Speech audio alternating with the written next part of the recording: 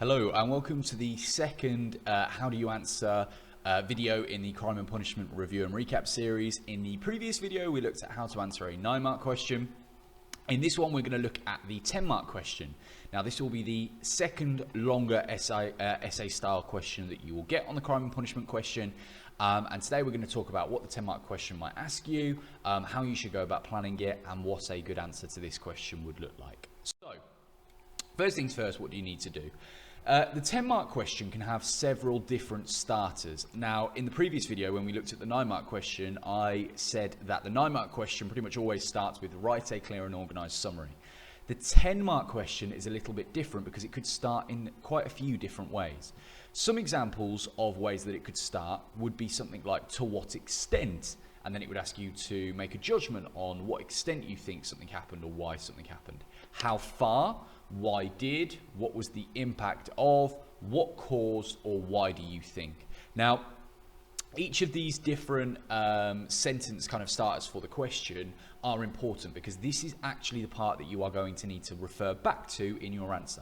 So if you had the question such as what caused the development of new types of crime in the period 1500 to 1750, first thing you need to do is work out what the question is actually asking you. What's the focus of this question? So I want you to just pause the video here, think back to what we talked about in the 9-mark question video. What kind of things would you be highlighting in here? We'll come back to the video in about 5 seconds time.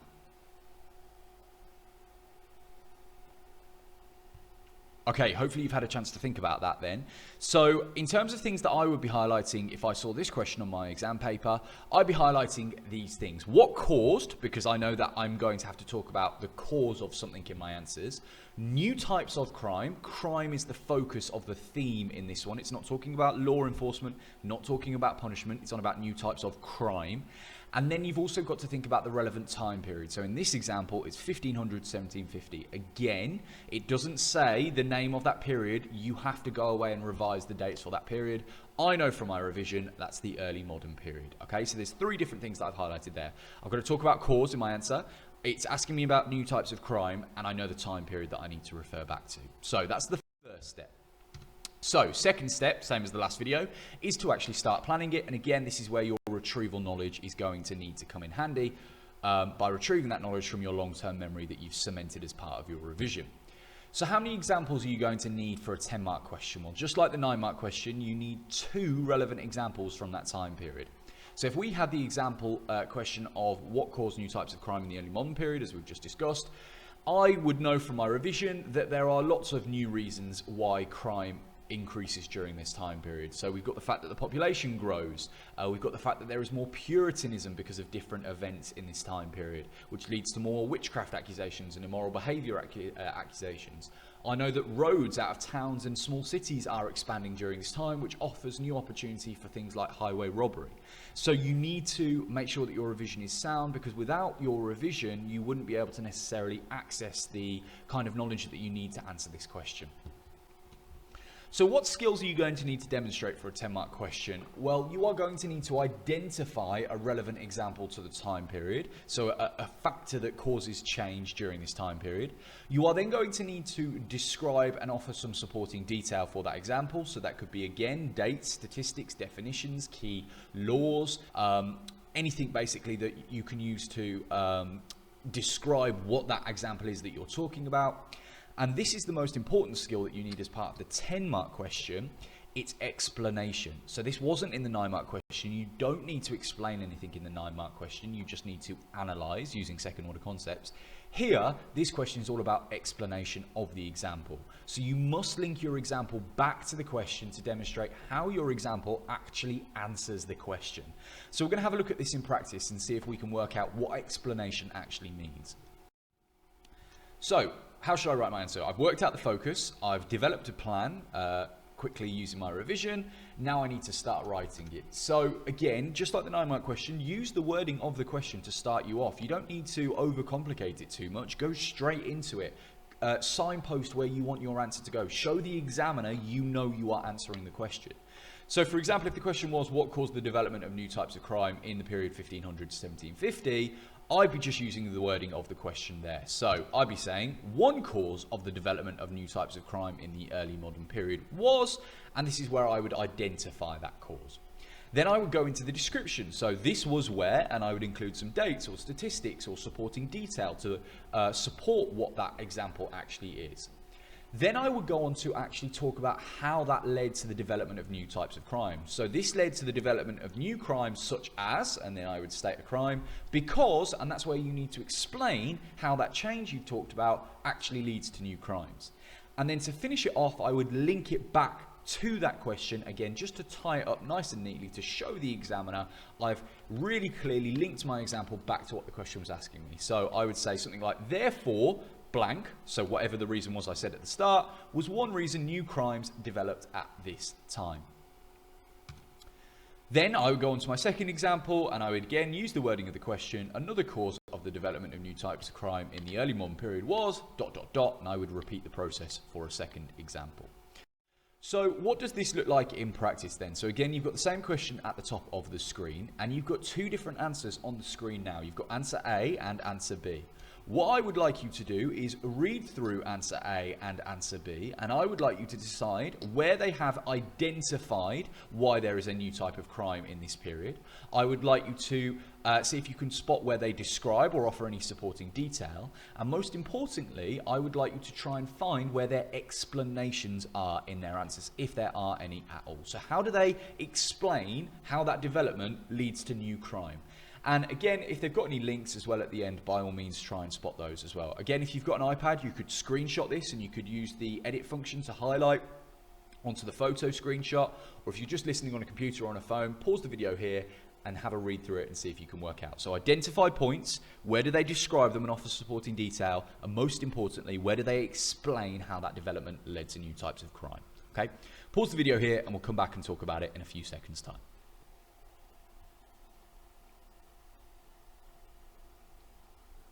Okay, if we have a look at these two answers then, we'll start off with answer A.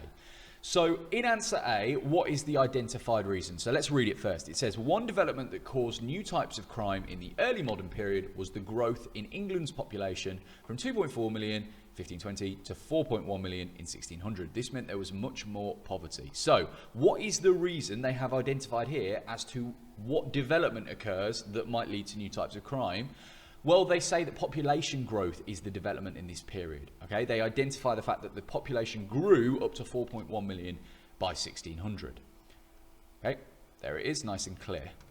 What supporting detail do they use? Well, they've got the statistics to back it up, as you can see on the screen that I've highlighted there. So this is a good start. They've identified, they've included some supporting detail. They then go on to say this meant there was much more poverty. Okay, well, that's true. It does lead to more poverty, but the question is asking you, what causes the development of new types of crime? In that answer, they have not mentioned any types of crime or how that development leads to crime. So to improve their answer, they need to explain, well, how does the increased levels of population, and therefore levels of increased poverty actually lead to new types of crime? Well, we know from our revision, when the population increases, that means prices go higher, people are more desperate, poverty increases. When poverty increases, so does vagrancy in this time period. So they needed to then go on and explain, well, because the population is rising, that means there are more vagrants, therefore that is a new type of crime that becomes a massive concern to the authorities in this time period. So at the moment, they can't get into that upper level of answer because there's no explanation there. Let's have a look at example B then. So it says, one development that caused new types of crime in the early modern period was the growth of Puritanism. Due to the Reformation in the 1530s and the English Civil War in the 1640s, Puritan beliefs grew and influenced people's attitudes towards crime. This caused an increase in accusations of the crime of witchcraft as Puritans became increasingly concerned about magic and the devil. Additionally, Puritanism also led to a crackdown on behaviour seen as immoral, resulting in increased accusations of adultery, sexual immorality and drunkenness. Therefore, the growth of Puritanism led to authorities to target new crimes they believed were threatening Christian beliefs in England. Right, let's break this answer down to see what they do well in it. So, first things first, what reason, what development are they identifying in this time period? They mention the growth of Puritan beliefs. That's their identified point. They're saying one development in this time period is the fact that more people are Puritan compared to previous time periods.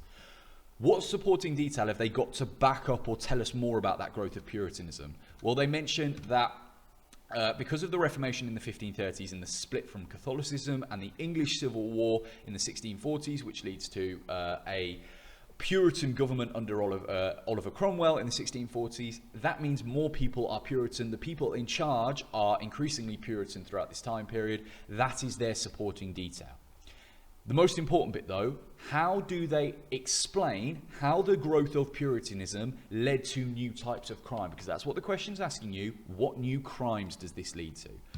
Well, because they talk about Puritanism growing, they explain how the increased use of Puritanism led to accusations of crime. They say that more Puritanism led to more concerns about magic and the devil, therefore more people were accused of witchcraft during this time period. They also say because there are more Puritans who are concerned with the morality of England at the time, there is an increased crackdown on types of crime seen to be immoral, such as adultery, so having an affair, sexual immorality, so for example, homosexuality at this time was a crime, and drunkenness and disorderness, and being disorderly, again, was an affront, was a threat to these Christian beliefs. So the Puritans target what they believe to be these new types of crime that are increasing during this time period. And what I also like about this answer, at the end of it, they link it back. So they say, therefore, the growth of Puritanism, that identified point, led authorities to target new crimes. Okay, so they do explain here how that development leads to new types of crime. So if we have a look at the mark scheme then, and try and work out where this would fit on our actual mark scheme, if you just made general points, so if you said something really generic with no support whatsoever and it wasn't particularly relevant to the time period or the focus of the question, you're looking at about 1 to 2 marks.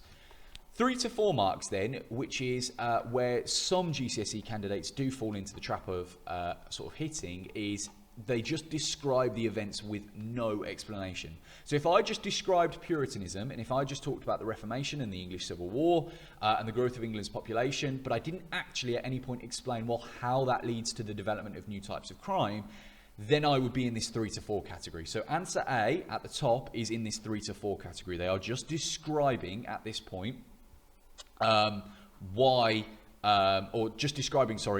that point. If you identify 1 or 2 relevant points but don't offer any explanation, that's when you get into 5 or 6 marks. So if I just said the growth of Puritanism was one reason that crimes increased, then talked about it here, I'd be looking at about 5 to 6 marks. If you do that twice, if you have 2 identified points, you get 6 marks.